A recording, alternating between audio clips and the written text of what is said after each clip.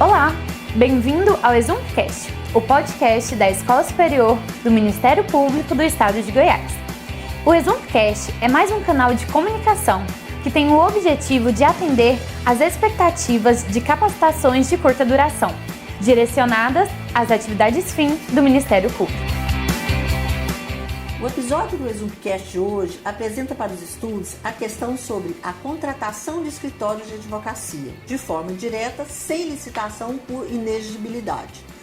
E para falar sobre essa temática, contaremos hoje com a contribuição da promotora de justiça do MP de Goiás, doutora Fabiana Lemes Amalô do Prado, coordenadora da área de atuação do patrimônio público e terceiro setor, do Centro de Apoio Operacional do MP de Goiás.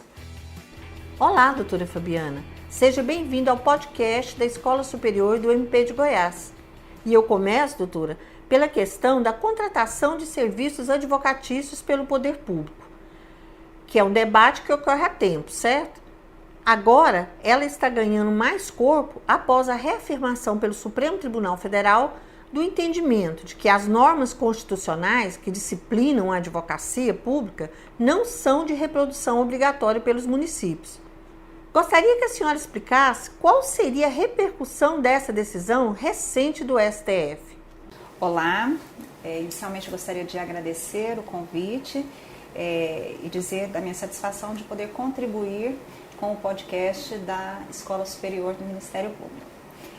Bom, essa decisão, ela repercute, no âmbito dos municípios em razão do fato de que, reconhecendo o Supremo Tribunal Federal que não há necessidade de criação, de constituição de procuradorias municipais, isso abre um espaço maior para a contratação de escritórios de advocacia para a prestação de serviços comuns ou não no âmbito da administração pública municipal.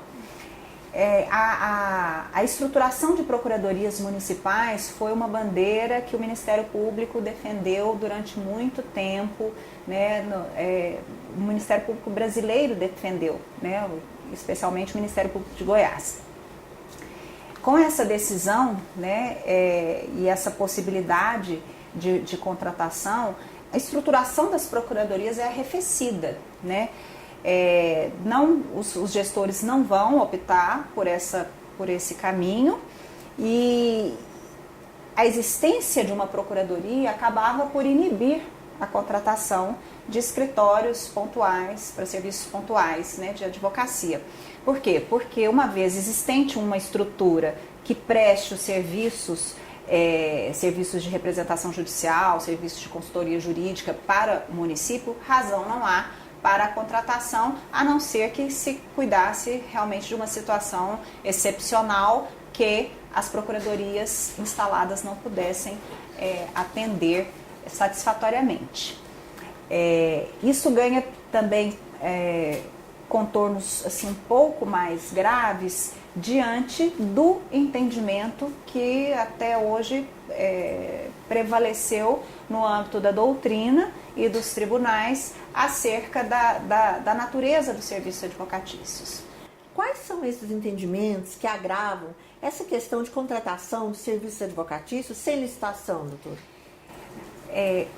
Segundo a doutrina tradicional e as decisões que prevaleceram até mais recentemente, entendia-se que os serviços advocatícios, em razão do aspecto intelectual que os envolve, em razão da técnica que é empregada pelos diversos profissionais, própria de cada profissional, em razão desse aspecto peculiar de ser um trabalho que é próprio de cada um que o desenvolve, esses serviços seriam por si singulares. E, diante dessa singularidade, autorizada estaria a contratação direta sem licitação. Esse foi um entendimento que prevaleceu na doutrina e foi adotado pelo STF ao longo do tempo e recentemente num recurso extraordinário com repercussão geral foi o entendimento adotado também pelo relator ministro Dias Toffoli relativamente a essa questão da singularidade e da notória especialização para a contratação de serviços advocatícios sem licitação, conforme autoriza a lei de licitações. Segundo, né, o entendimento que foi adotado pelo ministro Dias Toffoli, no voto exarado por ele, que ainda não foi submetido à apreciação do plenário, porque o processo foi suspenso para que fosse julgado conjuntamente com a ADC 45, que foi proposta pelo Conselho Federal da Ordem dos Advogados do Brasil, sobre a constitucionalidade da inexigibilidade de licitação, né, para a contratação de serviços advocatícios. Segundo o entendimento adotado, na contratação, essa contratação ela poderia ser feita por inexigibilidade exatamente em razão de a singularidade ser do serviço a ser prestado, certo? Ou seja, singular é o serviço que vai ser oferecido para a administração. E esse serviço, em se cuidando de serviços advocatícios, eles são, por natureza, singulares. Por quê? Porque eles têm uma carga intelectual, um aspecto próprio de cada profissional que os torna, vamos dizer, únicos, né? E diante disso, e da notória especialização que acaba sendo íncita a essa própria singularidade, a inexigibilidade, a contratação direta por inexigibilidade seria viável. Segundo ainda o entendimento do ministro relator, haveria também o aspecto da confiança, ou seja, nesse tipo de contratação existe o fator confiança, ou seja, há necessidade de que exista uma relação de confiança entre o contratante e o contratado, no caso o gestor, porque a administração, a confiança que existe entre administração e contratado é uma confiança objetiva, a partir de critérios objetivos em torno da possibilidade, da capacidade do contratado de prestar aquele serviço, não uma confiança subjetiva a partir de critérios subjetivos, né? Mas o Supremo entende que essa confiança, que ela tem um caráter subjetivo, em conjunto com essa singularidade, esse aspecto peculiar próprio do serviço advocatício, afastaria a possibilidade de licitação, porque não haveria critérios objetivos para a escolha entre os diversos concorrentes. Segundo o ministro relator, ele reconhece que nessa hipótese de serviços advocatícios existem várias pessoas que podem, na verdade não existe uma única pessoa apta a prestar o serviço. Ele reconhece a possibilidade da existência de várias pessoas aptas a fornecer o serviço para a administração, mas em razão da peculiaridade da técnica de cada prestador, de cada possível concorrente, não haveria critério objetivo para escolher a proposta mais adequada à administração. Isso traz um problema, não traz, doutora? Porque não envolve também outras categorias também que teriam talvez os mesmos direitos? Sim, exatamente. Por quê? Porque a entender dessa forma, né, seguindo essa linha de raciocínio e essa interpretação que foi dada ao longo do tempo e agora reafirmada pelo ministro relator nesse recurso extraordinário, todo serviço técnico especializado, ele seria único. Por quê? Porque todo serviço técnico especializado ele tem uma carga muito grande intelectual, ele é caracterizado exatamente por esse aspecto técnico peculiar de cada profissional que elaborou aquela técnica, né? Isso é uma característica dos serviços técnicos especializados, não só dos serviços advocatícios. Isso traz uma consequência, por quê? Porque a entender dessa forma, todos os serviços técnicos, em razão dessa carga intelectual, seriam únicos. Isso afastaria da licitação uma gama de serviços no âmbito da administração pública, com sérios prejuízos ao princípio licitatório estabelecido pela Constituição Federal.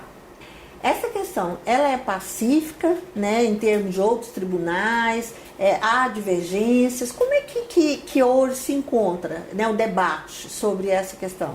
No âmbito dos tribunais, está havendo assim, uma mudança de entendimento e de interpretação relativamente a essa questão. Houve um período em que esse entendimento de que os serviços advocatícios são singulares por natureza prevaleceu. Entretanto, mais recentemente, doutrina e jurisprudência têm caminhado num sentido diverso. A doutrina, que tem como precursor Marçal Justem Filho, que é um grande administrativista, ele entende que a questão da singularidade do serviço tem de ser vista a partir da necessidade da administração e não do serviço que é oferecido, porque até então o foco da singularidade esteve no serviço a ser prestado, ou seja, singular era o serviço a ser prestado. E isso é que gerou esse desvio de perspectiva e essa dificuldade de solução da questão de uma forma mais racional e compatível com a Constituição Federal. Para Marçal Justem Filho, o foco da singularidade é a necessidade da administração, ou seja, singular, excepcional, é a necessidade da administração, não o serviço a ser prestado. O serviço ele vai ser singular como um reflexo da necessidade da administração, certo? Essa singularidade da necessidade é que vai ditar a escolha que vai ser feita pela administração. Se essa singularidade exigir um conhecimento técnico que somente uma pessoa possa oferecer ou melhor oferecer para a administração, aí sim a contratação direta estará justificada. Se essa necessidade ela puder ser suprida, atendida por várias pessoas, ainda que com serviços com técnicas diversas, a licitação será de rigor. Por quê? Porque diante dessa situação, e a própria lei de licitações oferece a solução para isso, a escolha deverá ser feita a partir da técnica que melhor atenda a administração. E para isso existe a licitação tipo melhor técnica. Então, na verdade, é uma inversão, né? A proposta, ela inverte, exatamente, né? A partir do momento em que se coloca o foco na necessidade do serviço, a singularidade como necessidade do serviço, a solução fica mais fácil, mais límpida, mais de acordo com a Constituição Federal, porque o serviço perde esse protagonismo que ele teve até hoje. E o que vai ter o protagonismo é a necessidade da administração, e será ela que vai ditar as escolhas. E essa escolha fica mais objetiva, por quê? Porque ela vai ser moldada pelo interesse público excepcional da administração, ou seja, critérios de confiança do gestor, critérios subjetivos a partir de peculiaridades dos serviços que serão oferecidos perdem importância. Por quê? Porque o foco, o centro da atenção e o centro da singularidade passa a ser a necessidade do serviço. E a partir dessa interpretação, nós conseguimos assim afastar esses aspectos subjetivos que têm norteado essas contratações e com respaldo inclusive dos tribunais, né, com base em critérios de confiança. Porque a confiança, que foi inclusive reconhecida no recurso extraordinário como um fator decisivo para a inexigibilidade nesse tipo de serviço, ela não é uma confiança do gestor, né, é uma confiança do gestor em um profissional, o que é assim, o que no âmbito da administração pública contrasta, fere o princípio da isonomia, da impessoalidade e da moralidade. Porque a confiança que se pode cogitar no âmbito da administração é uma confiança objetiva, é aquela confiança de que aquele contratado, aquela pessoa, ela terá condições de prestar o serviço que foi contratado a partir de critérios objetivos, não a partir de uma percepção subjetiva do gestor. Diante dessa proposta e de tudo que ela traz, né, para o debate, qual que é a posição do Ministério Público em relação a essa questão? Principalmente trazendo como referência o que orienta a Constituição Federal. No âmbito da ação declaratória de constitucionalidade 45, que foi proposta pelo Conselho Federal da Ordem dos Advogados, o Ministério Público Federal lançou a sua manifestação já, no sentido de não conhecer a ADC por questões de inépcia da inicial, porque, na verdade, o que objetiva a Ordem dos Advogados do Brasil é afastar, em vez de com uma ação declaratória de constitucionalidade, ou seja, que vai reconhecer a constitucionalidade de um dispositivo, na verdade, o que a ordem objetiva é excluir a advocacia dessa disposição, o que, segundo o Ministério Público Federal, deveria ser feito por meio de uma ADI e não de uma ação declaratória de constitucionalidade. Fora esses aspectos processuais, no mérito da questão e dessa interpretação acerca dos requisitos para a contratação direta por inexigibilidade, o Ministério Público Federal seguiu a linha de entendimento mais recente, né, inclusive adotada pelo Superior Tribunal de Justiça em julgamentos recentes, quando reconheceu, quando entendeu, na mesma linha do administrativista Marçal Justem Filho, no sentido de que a necessidade da administração, que é singular e não o serviço a ser prestado, que a confiança não é requisito previsto em lei, que paute esse tipo de contratação. Ao contrário, esse quesito confiança está em desacordo com os princípios da administração pública, porque ele é um quesito extremamente, do ponto de vista da forma como é colocado, ele é extremamente subjetivo, né? Ele não tem contornos objetivos, e entendeu no sentido de que essas contratações, que os serviços advocatícios, eles não são singulares por natureza, certo? Eles não estão pautados por critérios de confiança, e que a não observância do processo licitatório em situações de contratação de serviços comuns que não sejam realmente singulares a partir da necessidade da administração, não do serviço prestado. E naquela situação em que realmente não esteja comprovada a notória especialização do profissional, essa contratação é inconstitucional e pode ensejar, inclusive, a responsabilização do gestor por improbidade administrativa. Esse foi o entendimento exarado pelo Ministério Público Federal no âmbito dessa ADC, que vai ser julgada conjuntamente com o recurso extraordinário que está em repercussão geral também no Supremo. Esse entendimento, na minha visão, ele é mais acertado, né, porque o fato de haver aspectos técnicos, haver uma carga intelectual no serviço, haver aspectos peculiares em razão da técnica adotada por cada profissional, ela não pode ser uma situação a afastar o dever de licitar, né? Essa situação impõe uma forma diversa de licitar, certo? Porque a própria lei de licitações prevê uma forma de licitar para atender esse tipo de situação em que a administração demanda um serviço e existem várias alternativas com técnicas diversas para o atendimento dessa necessidade, que é a licitação tipo melhor técnica. Então, o fato de o serviço ser intelectual e ter aspectos técnicos próprios não afasta o dever de licitar, como foi afirmado pelo ministro Dias Toffoli no voto dele no recurso extraordinário. Da mesma forma, a questão da confiança também, ela não pode ser além de não estar isso previsto em lei, ser um requisito para essa contratação, para a inexigibilidade, ela se aparta realmente dos princípios da administração, especialmente a isonomia, a impessoalidade e a moralidade administrativa.